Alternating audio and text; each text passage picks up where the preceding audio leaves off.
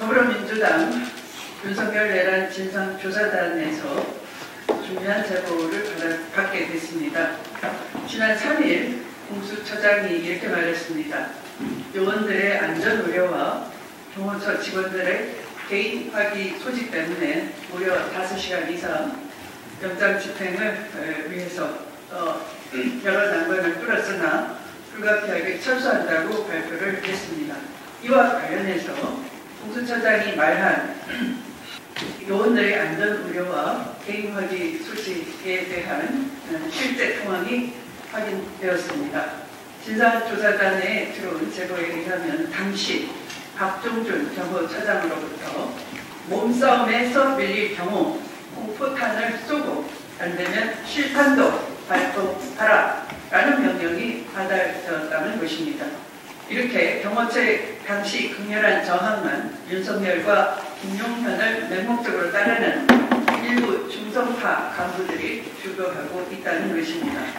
박종준 경호처장을 필두로 현장에 있었던 김성훈 차장과 이광우 경호본부장이 광적으로 직원들을 압박하고 독려했다는 것입니다.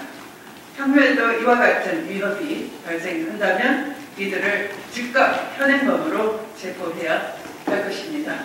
경호처는 어제부터 윤석열에 대한 체포영장 집행에 대비해서 관제에 철조망을 설치하고 완전 무장한 대테러팀을 투입할 계획을 세우는 등 극렬 저항 준비를 하고 있다는 정황이 알려졌습니다. 경호처는 공수처의 영장 집행에 군과 경찰 인력을 활용하지 못하게 되자 매일 전 직원을 소집하고 있으며 향후 영장 집행 시 이 전 직원들을 인간방패로 활용해서 저항하겠다는 계획을 준비하고 있는 것으로 드러났습니다. 또한 경호처는 영장 집행을 저지하기 위해서 살수차 확보를 추진하였지만 경찰이 현재까지는 응하지 않겠다는 입장이라고 합니다.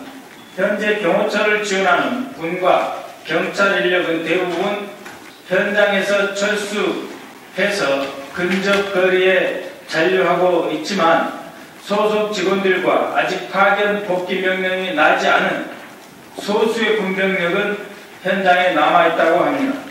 이들은 상부의 무리한 지시에 대부분 동의하지 않고 있으나 절대 충성을 강조하는 경호처의 특성상 거부하지 못하고 어쩔 수 없이 따르는 분위기라고 합니다.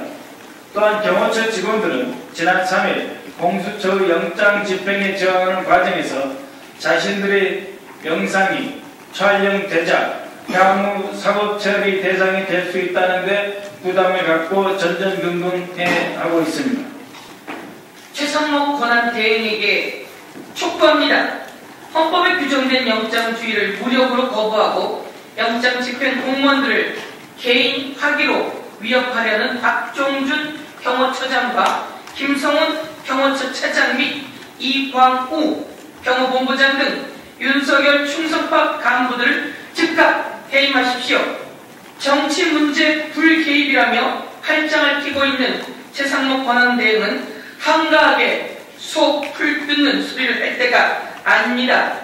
사법 절차를 무력으로 파탄내고 있는 극악무도한 상황을 더 이상 방치해서는 안 될 것입니다.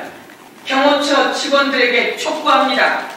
지난 12월 3일 국회에서 시민들의 저항에 끝까지 방아쇠를 당기지 않고 철수했던 군인들을 본받아야 할 것입니다.